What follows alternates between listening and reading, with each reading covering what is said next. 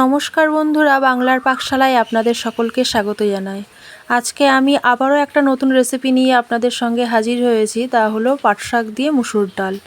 আর এই পাট শাক গরমকালে বাজারে অ্যাভেলেবেল পাওয়া যায়। পাট শাক দিয়ে ডালের এই রেসিপিটি খেতে অসাধারণ লাগে। তো চলুন দেখে নেওয়া যাক আমি কিভাবে এই রেসিপিটি তৈরি করছি। প্রথমেই পাট শাকগুলোকে আমি ভালো করে বেছে নেব। তার জন্যে শাকগুলোকে ভালোভাবে দেখে ডাঁটা থেকে পাতাগুলোকে আলাদা করে একটা পাত্রে রেখে দেবো।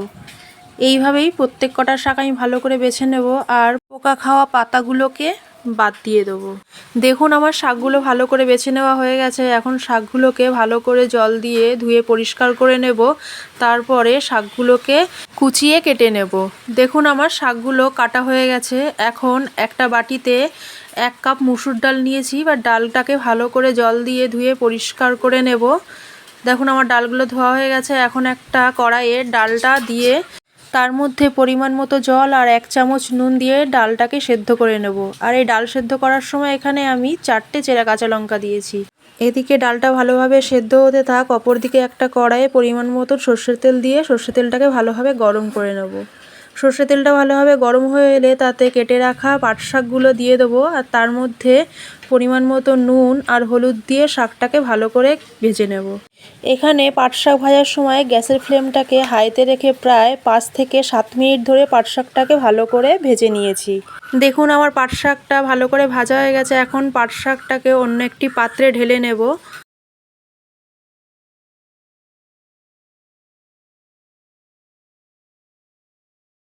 এদিকে আমার ডালটাও ভালোভাবে সেদ্ধ হয়ে গেছে। এখন ডালটাকে ভালো করে নাড়িয়ে নিয়ে ওই ডালের মধ্যে ভেজে রাখা পাট শাকটাকে দিয়ে আবারও ডালের সঙ্গে ভালো করে মিশিয়ে নেব। শাকটাকে যখন ভালোভাবে ডালের মধ্যে মেশানো হয়ে যাবে তখন এই ডালের মধ্যে আমি অল্প পরিমাণে জল দিয়ে দেবো। এখানে আমি 1 কাপ মতন জল দিয়েছি। পাট শাকের এই ডালটা মাখা মাখা হলেই ভালো লাগে। এখন এই ডালের মধ্যে আমি পরিমাণ মতো নুন আর হলুদ দিয়ে আবারও একটু ভালোভাবে নাড়িয়ে নিয়ে 5 মিনিট মতন ঢেকে মিডিয়াম ফ্লেমে ডালটাকে রান্না করে নেব। এখানে আপনারা চাইলে স্বাদ অনুযায়ী একটু চিনি ব্যবহার করতে পারেন, কিন্তু আমি এখানে চিনি ব্যবহার করিনি। 5 মিনিট পর ঢাকনাটা খুলে এবারে আমি ডালটাকে আবারও একটু ভালোভাবে নাড়িয়ে নিয়ে এবার গ্যাসের ফ্লেমটাকে অফ করে ডালটা নামিয়ে নেব। এবারে ডালটাকে সাতলানোর জন্য অন্য একটি কড়াইয়ে পরিমাণ মতন সর্ষের তেল দিয়ে দেবো। সর্ষের তেলটা যখন ভালোভাবে গরম হয়ে যাবে ওই সর্ষের তেলের মধ্যেই 2টো শুকনো লঙ্কা ফোড়ন দিয়ে দেবো।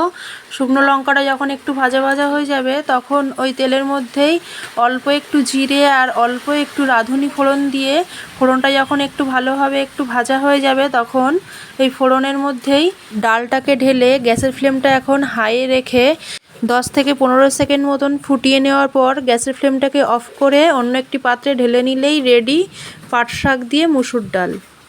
পাট শাক দিয়ে এই মুসুর ডালের এই রেসিপিটি গরমকালে ভাতের সঙ্গে খেতে অসাধারণ লাগে।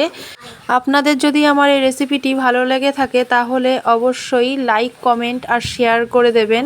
আপনারা যদি আমার চ্যানেলে নতুন হয়ে থাকেন তবে চ্যানেলটাকে সাবস্ক্রাইব করে দেবেন, আর নতুন নতুন রান্নার নোটিফিকেশন পাওয়ার জন্য পাশে থাকা বেল আইকনটি প্রেস করে আমার পাশে থাকার অনুরোধ রইল। আজকের মতো এই পর্যন্তই। আবারও দেখা হবে অন্য একটি রেসিপির সঙ্গে।